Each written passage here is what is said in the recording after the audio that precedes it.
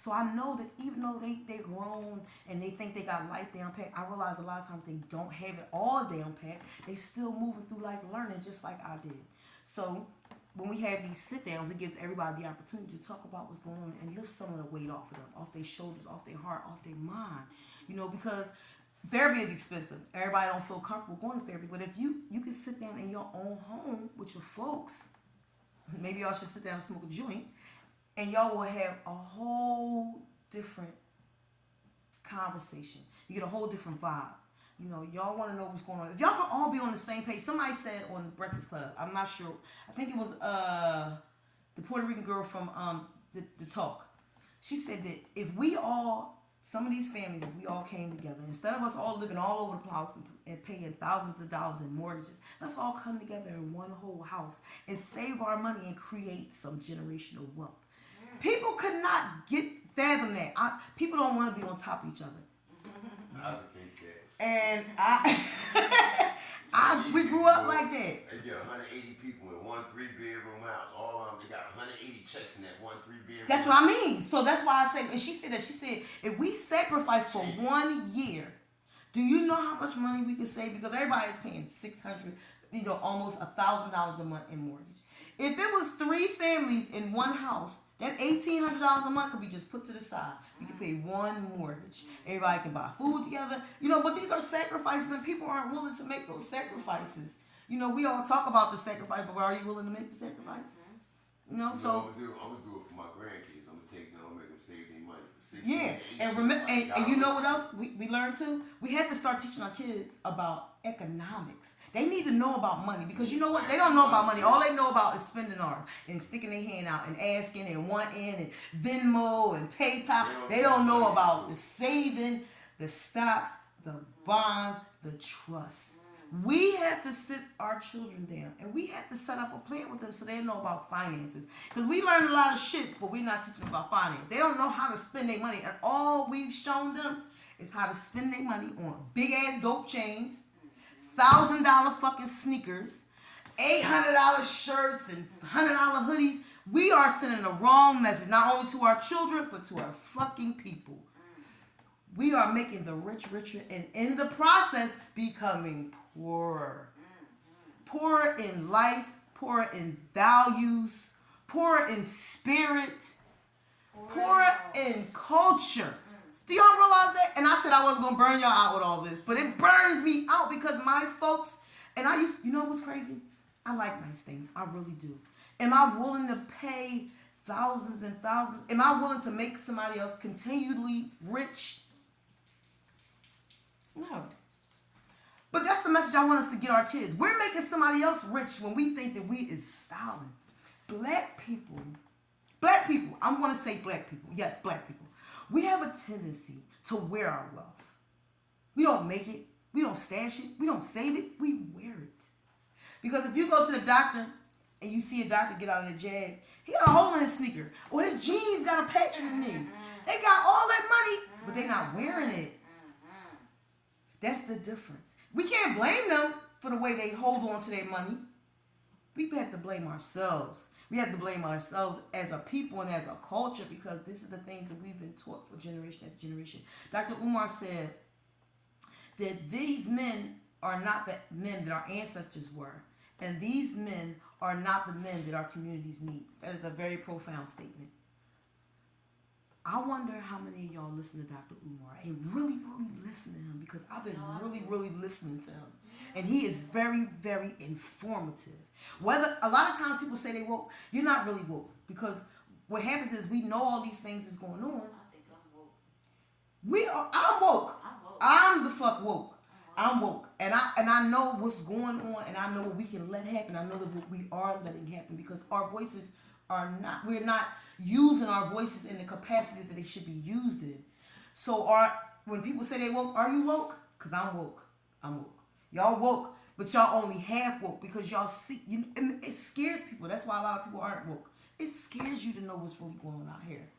You know what I'm saying? But to see it, that's something altogether different. I've been trying to do this for a long time, y'all. It's so many things that are going on out here, like with the mental health. Nobody ain't saying nothing too much more. We made an issue about it, but nobody else is saying about it. If you got some shit going on in your head, get some help. Talk to somebody because nobody can help you if you can't help yourself. You have to be able to get the help that you need. Nobody can make you because I don't know what's going on inside somebody else. I only know what's going on inside of me. When people have these issues, they don't know how to address them. So I don't know, y'all. I want the best for my people. That's what I want. I just want the best for my people. And I see us falling by the wayside. And right now I see a lot of opportunities that have come up and are very promising to us that we're not taking advantage of. I just want our people to be more work and more open-minded about some of the things, that we are accepting in our lives and are accepting in our communities. So that's all. I want to burn y'all out about that. I'm not a TV person, but I do watch, as I said, I do watch the news all the time. I'm not a TV person, but I do have my series that I watch, and I love books. What I'm going to do is I'm going to start a book club. I got a bunch of phone numbers and a bunch of other women that are ready to sit down, drink some wine, and read some books. I hope that when y'all finally see this, that y'all be like, damn, Mia, I want to come. Yes, let's sit down. Let's take some time for ourselves, women. Men too. If you want to, fuck it, come on, let's read some books and drink some wine. Because you never realize how relieved or how relaxed you feel after you left everything outside the door and did something for yourself. And even if it is just for 50 minutes, reading some excerpts and getting to know some people and talking about something that's just not traumatizing to your life. Let's read, y'all. Let's get it going. Because, reading stimulates your mind. Reading broadens your horizons. Reading takes you to other places. Let's get on the bandwagon, y'all. Come on, let's read some books because I'm going to start a book club. It's going to be called the Sit Down Book Club. Yes, it is. And I invite everyone that loves to read to come on down and get a book and hit me up. Because once y'all see this video, all my information will be in the bio. My bio, y'all, my bio. I'm so hyped. It's finally happening. It's been a long time coming, y'all. And there's so many things that every week I'm going to come down and sit down and talk to y'all. This week I wanted to talk to y'all about parenting because I felt like I'm always big on healthy relationships, and that's what I'm trying to build with my children, healthy relationships. And I want my community to build these same healthy relationships within their households. It's not an easy thing, and we as black people, we don't do these. We don't sit down and have dinner. We don't make our kids come in at a certain time. We don't set boundary rules up in the house no more. And I do know that for sure because I've been asking, I've been watching, and I've been paying attention because I don't want to say anything that's not accurate. We fell off. You know what I'm saying? Like I said, the village was shut down for quite some while, for some time. But now it's time for us to pick our spears back up and get our huts back out here because our kids need us. This generation needs us. No matter how much they're grown and they think they got everything covered, they still falling by the wayside, y'all. It's supposed to start at home. And that's where it has to start. It has to start at home because, like I said, when you are home with your child all day and you have to teach your child stuff, when they go to school and when they're around other people, it shows what you taught your child. Social media has been bringing our children up. YouTube has been bringing our children up. Let's stop that trend. Let's start going back to the old way, y'all. Let's start sitting down having dinner with each other. Let's make Sunday the day when we all sit down and do a movie. Let's go back to the old way it used to be. You know what I'm saying? Let's start raising our children and handling our children so our children is not handling us and handling the school teachers. Because that's where it's getting fucked up at. Because they going to school and they trying to run the teachers. And they having it their way. And the teachers don't really know how to respond because they don't want you coming up to the school acting like a fool on them. So the lines are so crossed in so many ways and we don't even realize it. And we're doing our children more damage than we're doing them more harm than good. And we don't even realize that. And I don't think that it's my job because I'm not a perfect parent. But what I want to bring us more aware of how we're failing them. We got a new school superintendent. I wonder, has anybody, paid any attention to that? Has anybody looked on there for school budgets? Has anybody gone online and found out? Because his name is Tom Waltingford. WALTINGFORD. Waltingford. That was different. So, he makes his presence known. He goes out to the other schools. He's always at the school district, So, if you want to find out some things about your kid's school district is always, go on their website because he has listening sessions that you can just sit and listen about the issues that are going on in school, about the bills they're trying to pass, about activities that they're having at your school. You can also chime in and help and let them know what you think may help in your children's school. These are things that we should be so gung ho about, like we was gung ho about those fucking Eagles, because those Eagles brought us a lot of revenue and they gave us a lot of morale. But do we? Is that all we have to hold on to, is our sports team in the city? And yes, it's nothing in here but violence. But like I realized, because I watch the news, all the news on my Fire Stick. It's fucked up everywhere. Let's take care of where we live at. For real. Over in Wisconsin and Cincinnati. It's fucked up everywhere. Between over there, see, they ain't over there. Like over here, we killing each other. Over there, they killing whole schools and, killing whole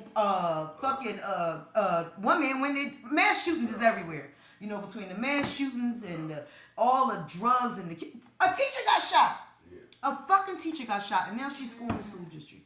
She got shot by a 6-year-old little boy who they kept saying had a gun. Why did a 6-year-old have a gun? You know why? Because he got left home with that. He left home with it. Like I say, y'all, it starts at home. Take control of your children at home. So we don't have to worry about being scared to walk outside, because I'm old school. I tell a kid, who the fuck you talking to? Be to pull the gun out and shot me. Because you know why? When I was growing up, I respected my elders. I spoke when spoken to. I knew the rules of life. The rules have changed. I can't say to somebody's child, I can't say what is right and what's wrong for somebody else's child. I can't even give my opinion, because they ready to cut your head off. Whether it's a good, knowing that it's good for the child, but they don't want that. This generation has changed. And I have lived through several generations, and I have seen them all. And right now, we are losing them. You know why? Because we ain't holding on tight enough to them. You want to keep your kids? Keep them in the house. And you can't watch them all the time. So that's why I say give them tools. So when they get out there, they can use those tools accordingly. Because you can't watch them every minute. You can't be where they are every minute. You can't go to school with them. You can't go to your friend's house with them. Give them the tools, y'all. Give them the tools that they need. Don't keep you know what I realized too? Because we try to keep our kids wrapped up in a cocoon. When you do that, you fuck them up too. Because now they get out there in the world, eats them up. That's why I say it's no perfect way to be a parent. Give them kids tools at home. Let them kids use them tools as they grow up. And they'll know, if you teach your kid right, you ain't got to worry about it. You don't.